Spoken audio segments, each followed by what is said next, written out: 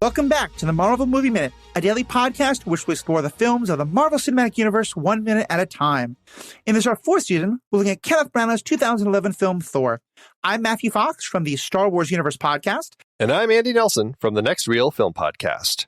And today we're talking about minute 88, which begins with Thor's friends looking devastated and ends with the flight of the hammer. Joining us on the show today, we have Movies by Minute's guest favorite. It's Father David Mowry, chaplain of the Movie by Minute's community. Thank you so much for having me on this week. Although it is hard to feel very happy about being on the show because this minute, it's very sad. Everyone's very somber. I mean, I think I even saw a tear in somebody's eye. That was a very big surprise to me. So I think maybe a little more reverent tone, a little less excitement might be appropriate today. Because certainly there isn't a rocket ship of hope at the end of this minute by any means. And of course, we're talking about minute 88. Once again, we're getting these reaction shots and we see Jane, how upset she is. We also then see Sif and we also see Eric. And I just think it's such a great way of we get to see sort of from everybody how much this is affecting them. And that plays off of what we talked about on Monday, all the various relationships that Thor has built up over the years. That with whatever his relationship with Sif is, there is a deep bond there, and Sif has an emotional response to this death of someone that she's fought alongside, that she's lived with, that she's admired in many ways, that she wants to see be better. That's clear from her scoffing at the beginning of the movie, like, "Oh, come on, Thor, just get over yourself."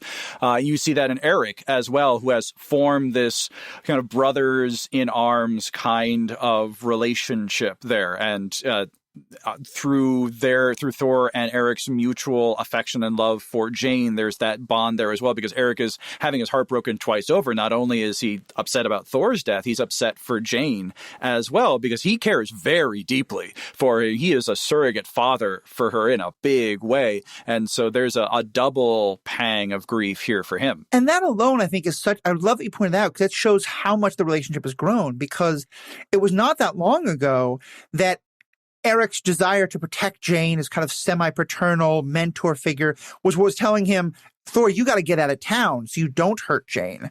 Now, his death is going to break Jane's heart, but he's just as concerned. He's not angry at Thor about this. Mm-hmm.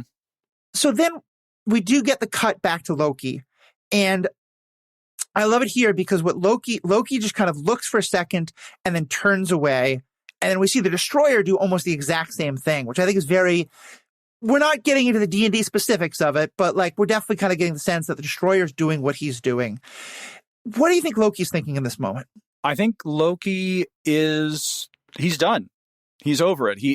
And I love the match cut between Loki and the Destroyer because it communicates that Loki is putting Thor behind him. Literally, he is turning his back. He's ascending the steps of the throne. A new chapter is opening, and everything's coming up. Loki. He's going to have to think through the story. He's going to have to tell Odin when he wakes. But it was just so tragic, Father. What happened with Thor when you sent him on exile? Blah blah blah. He just wasn't cut out for it because couldn't hack it without the hammer. Really so sad. Anyway, aren't I the best? I think I am.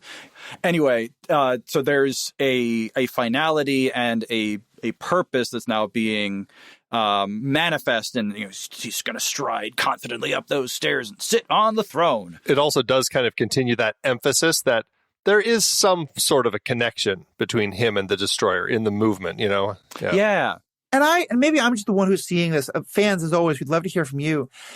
I get a sense of disappointment almost, that in part because one of the things that Loki kept talking about was it's not just that he wants to beat Thor, it's that he sort of feels like Thor is the emperor with no clothes, because he keeps saying how could you think Thor would be a good king? He's too rash. He's too crazy.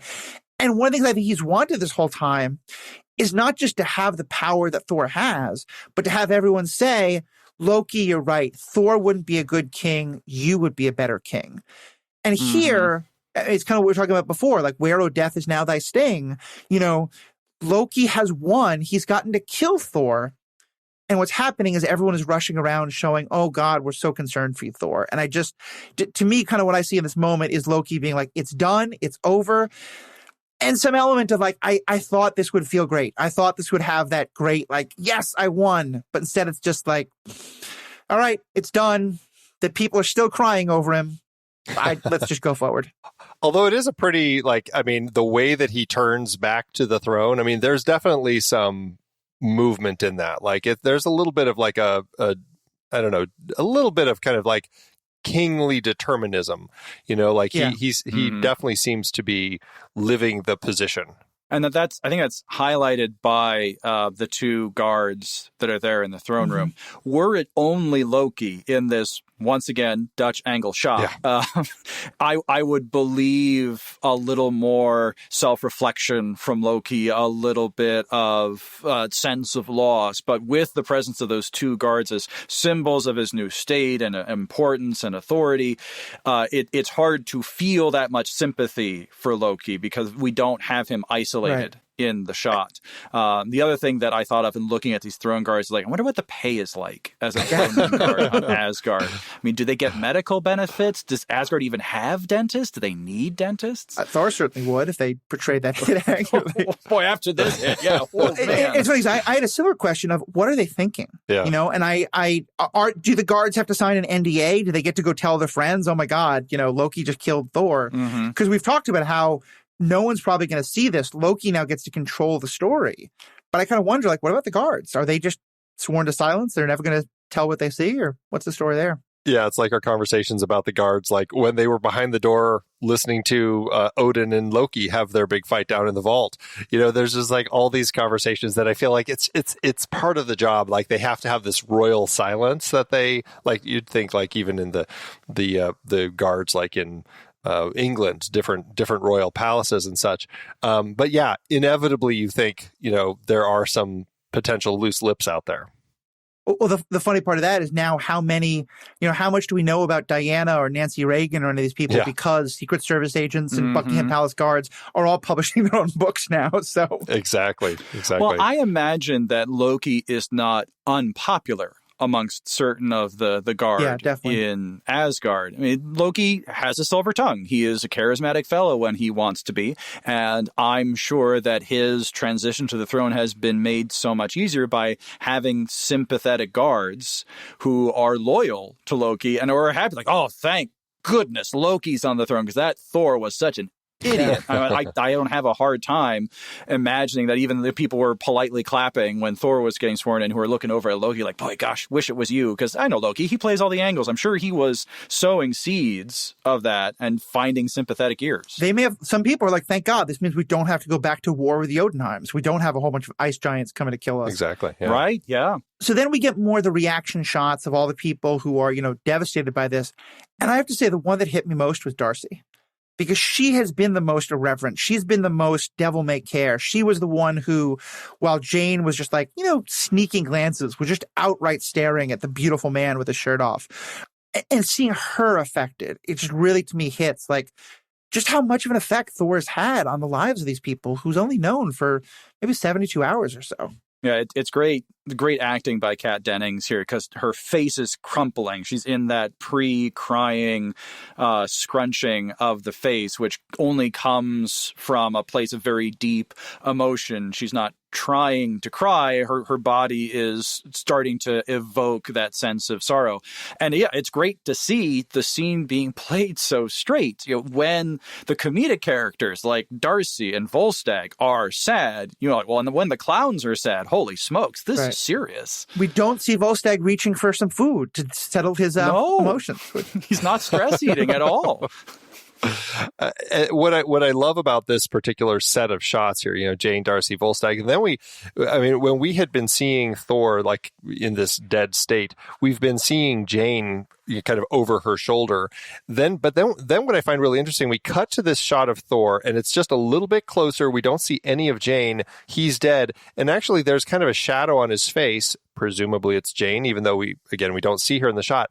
But then if you watch the shot, and I just kind of was scrubbing through it, because it's one of those things that I think you only really notice subconsciously when you watch the film, the shadow is actually lifted, and he actually gets just a very hint lighter, like there's just a little more light to that particular shot. It's so subtle, but I cannot help but think that this is an intentional way to kind of hint this, like where we're going with this particular moment here. It's one of the shots that I don't think I ever gave any import to until kind of rewatching in this fashion. Yeah, and I think in the script they're going to go even further, right? They're actually going to have a shot of one of Odin's ravens be watching, because in Norse mythology, at least especially, the ravens were often kind of his like eyes out in the world. Yeah, exactly. Which I part of me wishes that they had found a way to incorporate the ravens more in the Thor stories. I think that would be a really interesting thing. I mean, they're there, but they're just not done. Nothing's really interestingly done with them. But yeah, to have one of his ravens sitting here watching and then cutting to that shot that we get of cutting to Odin in his Odinsleep, I think that would have been a really interesting connection. I think as it works, it still implies that there is a connection between Odin and Thor, and we didn't necessarily need the raven to be the one kind of watching and sending the raven cam signal back to Odin. But yeah. Well, and because we then cut to the shot of Odin lying in the Odinsleep, surrounded by the Odin jelly or whatever the kind of thing that's happening here is. I don't want Odin jelly. I don't know. No, right, thank take you. it off Father David's Christmas list. I'm full up. No, please, no more for me. And we see the single tear, and it's interesting to me how we've talked about this a bunch of times, but until now, the MCU has really tried to say we are a scientifically grounded, massive eye roll, but like that's the premise here. And here we're getting into more of the mystical, and in some ways, I kind of wish we'd had the Raven, but kind of also appreciate that there's just no explanation whatsoever of how Odin knows this while he's unconscious, while he's on a different planet entirely. But just Thor has his death and a tear rolls down Odin's face. It calls forward to that line that Laufey will say as he's standing over Odin. It said that you can see and hear everything. And this is proof of it. Odin is aware in his Odinsleep of what's going on. And it's proof that Odin did have a purpose for what he was doing. He still loves his large bearded son and wants what's best for him and is grieved by his death. It's not something a father wants to see happen to his children. And this tear that rolls down Odin's face shows that continuing connection, that whatever Thor's banishment was for, it was not a banishment from his relationship with Odin. Right. It's interesting that it is this moment, that it is kind of, I hate to say it, but there is very much a trope of that single tear that rolls down, that magical tear that resurrects, right? We've seen it so many times in so many films and so many stories where it's just that single tear that comes down and sparks the change. And I don't know if it's just because it's a visual representation of that emotion and that sense of sadness, but I do find that in context of going with the trope and using the single tear, it's not Jane. Jane doesn't cry. Like, there's no tears on her face, no tears on anybody's face on Midgard as they're watching. It's Odin. It's the father. It's the one who kind of really is the one that got this whole ball rolling, really. But the one who really is the one who's been most pushing for Thor to make this change. And that's, to me, that makes it end up being the most powerful the tear that could be coming in this particular moment. Well, first I need to comment and then want to ask, as a child of the 80s and a lover of Johnny Depp's great movie Cry Baby, I want to defend the single tear trope because it can be a great one, especially when musically expressed. Great movie. Check it out. But also, I'm a little confused because on the one hand, as you say, Odin would be the one who'd be the most affected by Thor's dying. But wouldn't Odin be the one person, like, on some level, I would kind of wonder, doesn't Odin more than anyone know what's coming? Like, is this a tear of sadness? Is this a kind of tear of, good, he did it. The hammer's going to come back to him now? Like, what do you think Odin knows in this moment about what's happening next? Just because you know something is coming doesn't mean you're not grieved by it. You can see something coming and know that there's nothing you can do to stop it, and that's true on so many levels for Odin, not only because of the Odinsleep, but because he just doesn't have very good control over his sons. Not that he can at this stage in their life. They're coming into their own. They're adults making adult decisions that are stupid, but here we are. But he can still be grieved over that and still have that be part of the plan. For me, as a believing Christian, that works into my understanding of God's providence. God is all-knowing, but God still allows us the freedom to choose the good. And there can be a disconnect between what God truly desires in the good and what we choose to do. And there is in that disconnect, which we call sin in the Christian tradition, there is something that God desires to change. There's something that God doesn't want in that. And so God intervenes to change that. I think that's something like that is at work here with Odin. He knows that his son has died and he doesn't want that, but he is going to be able to work with that for Thor's overall improvement and betterment. At least the beginning of it. Yeah, I like that version of it a lot. Yeah. Now, of course, we get this kind of a fun scene because then we sort of cut back between the hammer starts to move, something's happening, and all the S.H.I.E.L.D. agents are kind of going crazy, watching all the dials pop off. Andy, what do you want to kind of comment on here that we see in S.H.I.E.L.D. land? Yeah, so, I mean, again, we've got all these S.H.I.E.L.D. scientists running around the hammer. We cut to one who's holding a radiation monitor that it jumps from 100. This is, the sorts of things that you do on these minute by minute podcasts. It jumps from 100 milliroentgens. I'm not exactly sure how to say it. Per hour to 200 milliroentgens per hour. And so, I mean, that's quite a spike in all of a sudden something funky happening as far as the radiation. Oddly, this particular scientist is holding a black device. When we cut to the close-up of it, is actually a yellow one. And you can find it online, buy it on eBay. It's a Civil Defense Victorine CDV 700 Geiger counter / survey meter. So if you're looking, there you go. The biggest frustration... Not the CDV 600. Not the 600. No, this is the 700. No, garbage. Yes, you got to get the 700. As so often is the case, the biggest frustration with this is there are so many people running around and just cannot identify who these people are. It's very frustrating. I found a few places that think they identified who they are, but when you look at them with their photos on IMDb, it's like, close, but it isn't actually that person. So... the only other note here is that there's lights flashing periodically. And I don't know if it's just the lights here are flickering or if it's meant to be kind of the starts of some lightning. We'll certainly see that it is getting cloudy out here over this site. But we do know that there's electrical stuff happening because we see one of the monitors also flickering. And I guess it's a good thing it is because on the screen it shows all the different camera feeds. And if you look real closely, a lot of them show that it's actually night, not day, on that particular monitor. So, but it's one of those things. And then the last note here is what a fantastic decision on the part of Braun and his team to do this beautiful God's eye view shot coming straight down the cube containment down toward Mjølnir here. I mean, what a way to kind of emphasize that Odin's force and his spell in this particular moment. I find that shot just to be incredibly powerful in the way that portrays kind of the change, the shift that's about to happen. And you add to that the electrical charge in the sound design behind this, just that steadily rising pitch is like a capacitor is coming up to full charge. Adds that sense of tension and building and expectation, like, oh, something's going to happen. What's going to happen with the hammer? Exactly. And it's all, I think, because of the connection with Odin in the Odinsleep, this is all happening because Odin wants it to. Yeah. Odin is making a decision. That's why we get the flashback to Odin putting the voice-activated enchantment on Mjølnir to make it clear that Odin's making a decision to give Thor the hammer back, which is not what the enchantment says. The enchantment says, whosoever holds this hammer. Well, Thor ain't holding it.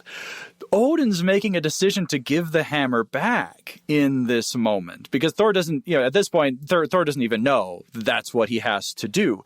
And so that speaks to Odin's plan for this overall. It wasn't really so much about Mjølnir. Mjølnir is just a symbol of the worthiness of Thor. And if it's interior to Thor, if it's part of his character, then that's what matters. Now he already has the hammer. It's just Mjølnir is just the symbol of that. What does he say? The power to destroy and as a tool to build. He's worthy of wielding that now, and the hammer is just this sign of it. And the triquetra reappears. That was part of Odin's spell. Like he cast it, we see it kind of fade on, fade off, and here is that great moment where it comes on full force on the side of the hammer. So just as a further emphasis of what you're saying. Mm-hmm. Yeah. And I really appreciate the way you kind of you answered the question I was about to ask, which is kind of what is happening with the hammer here? Because in later times, like Thor can pick up the hammer. Thor can even summon it, but it doesn't act on its own. And I think there's an interesting parallel here of the relationship between Loki and the Destroyer and the relationship between Odin and Mjølnir, in terms of like who has the control, what is the control. And I like your version of it, that because in some way it's like, does Mjølnir actually have the sentience to say, okay, now there's a worthy person in my 100-mile range, I'm going to go to him. That's not how it works. But so I like the idea that that's Odin sending it, especially because then Odin is the one with the forethought to say, let's maybe send it in a nice ballistic arc instead of just straight through and hit a couple of shield agents along the way. Right. Because certainly we learn later in Doctor Strange's Emporium that when someone summons Mjølnir, it doesn't know not to smash into everything it can along the way. Exactly. Right. That's the wisdom of the All-Father there. Exactly. So any other last things you want to say about this minute? I feel like so much about the hammer starting its journey we're going to talk about in the next minute.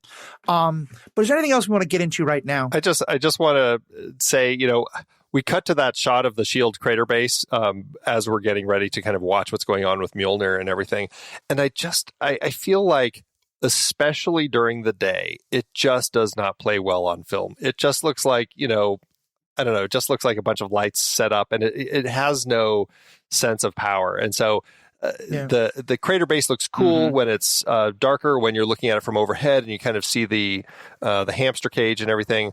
But in a shot like this, it's just like, wah, wah. It doesn't carry much weight. Yeah, and I think that works to the story's benefit. I don't think that's intentional. I think it's a nice side effect, because now S.H.I.E.L.D. doesn't have the power. They are not the big obstacle to be overcome. True point. They have been reduced because of Thor's worthiness, because Odin has made this decision to interpret his own voice-activated enchantment to just give the hammer back to Thor, because, okay, mission accomplished. He learned the lesson. Let's move this along now. Like, I think it is a trope we often see in stories like this of the mythological, the mystical thing happens.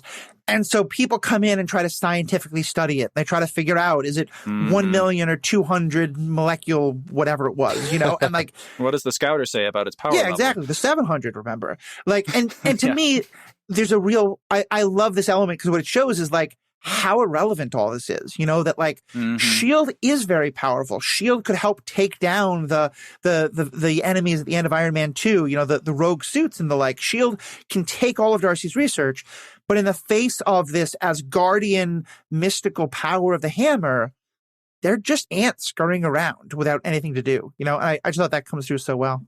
True. Well, Father David, then the pulpit is open. Christ in the cave? Well, brothers and sisters, let us open our books to the Holy Scriptures. No. So for today's segment of Christ and the Cave, we've touched on this theme already over these last couple of days, but I wanted to tease out the idea of soteriology, which is the theology of salvation. How does Thor, as a hero, kind of evoke the understanding of salvation, of setting us free from what has gone wrong? And so in the story of Thor, what's gone wrong are the family relationships. It's the relationship between two brothers and the relationship between a father and his two sons, which already evokes so many of Jesus's parables, and of course is evoking a lot for us because we all live in families and we know what it's like to navigate family structures and family systems when they've gone wrong in this way. And so the healing of what has gone wrong, the healing of this family relationship, comes about by Thor being worthy. And Thor's worthiness does not happen in typical Asgardian terms, or at least in the terms that Thor has been fed with as the king's son, as a mighty warrior. The worthiness doesn't come from defeating the destroyer in the typical way. It doesn't come from a great feat of strength. It doesn't come from wrestling the giant serpent at Ragnarok. It comes through a humility, through an acceptance of, look, I play a part in this family system. I have done things to lead you to make this decision, and I'm sorry for what I did. I'm acknowledging your agency, like you said, Matthew, but I own the fact that I'm part of this system and I'm going to take responsibility and change my behavior in order to bring us to a better place. And Odin, being the father in the family, sees what Thor needs to do, but he knows he can't force Thor to to do it. He can only just set Thor up to learn the lesson. And it's easy to imagine Thor not learning anything in his exile on Midgard. It's only because Loki decides to try and kill him that we actually have the salvation, which creates this very interesting providential theme that it's only through the exercise of evil that good is able to triumph. But that's a separate thing. So it's the humility that brings about the worthiness of Thor and brings about the healing and reconciliation in the family system. And as in the parable of the father and his two sons, one who goes off to feed the pigs and the other who stays at home, the question now is, so the prodigal son is about to return. How does the other brother respond to that prodigal son's return? How is the last member of this family system going to receive this invitation of grace, this invitation of salvation? And that's the question that's going to animate the last act of this movie. It's interesting that in context of kind of all of that I can't help but think there's a really interesting lesson that Marvel could learn in kind of crafting stories as we kind of continue moving forward of how perhaps much more powerful like stories with kind of conflicting siblings like this can be, and how I mean look at it. Loki is the character that has returned as a villain and now kind of a protagonistish sort of thing so often across the course of the Marvel Cinematic Universe. And I mean, every other villain usually gets killed off pretty much in the film, and that's kind of the way of it. And I find that to be a really interesting element that we have here. And to that point, I just think that allows for such interesting depth to explore. And it is one I think that Marvel does sometimes go to, not enough though. Like Black Panther is very much a family story. There's another Marvel property that may not have been watched by everybody here that is also a very good family drama. I guess I just spoiled it without meaning to spoil it. But I feel very seen right now. Because I think Father David, what you said was very correct.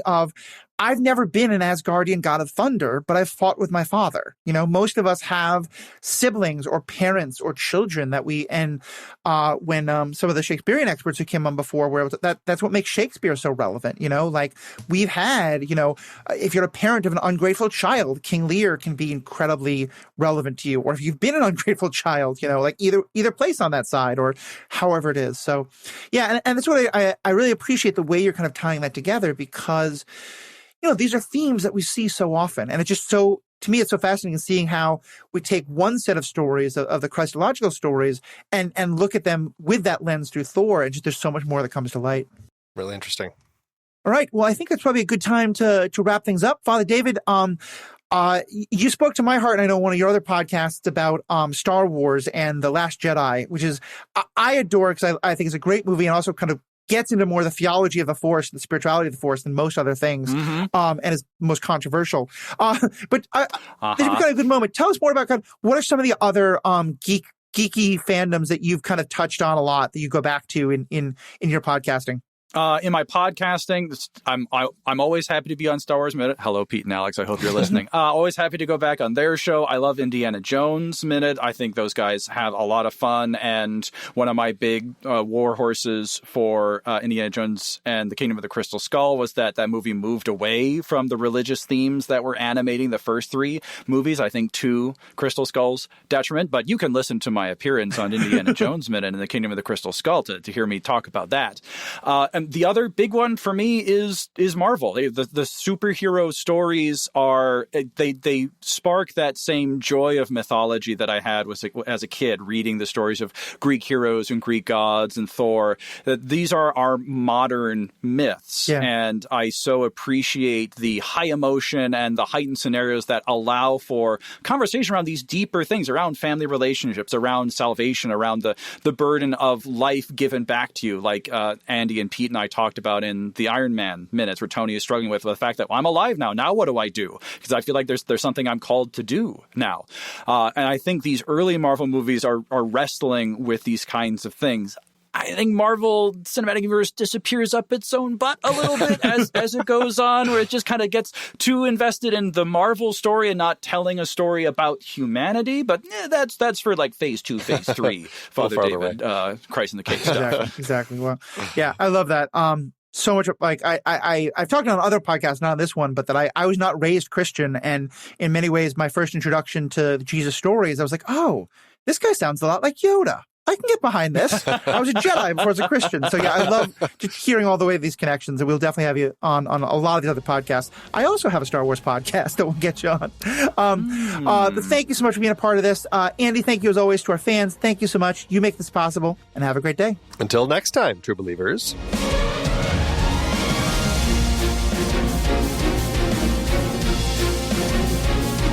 Marvel Movie Minute is a production of True Story FM, engineering by Andy Nelson. This season's music is One Last Ride by Martin Puringer. Find the show at truestory.fm, and if your podcast app allows ratings and reviews, consider doing that for this show.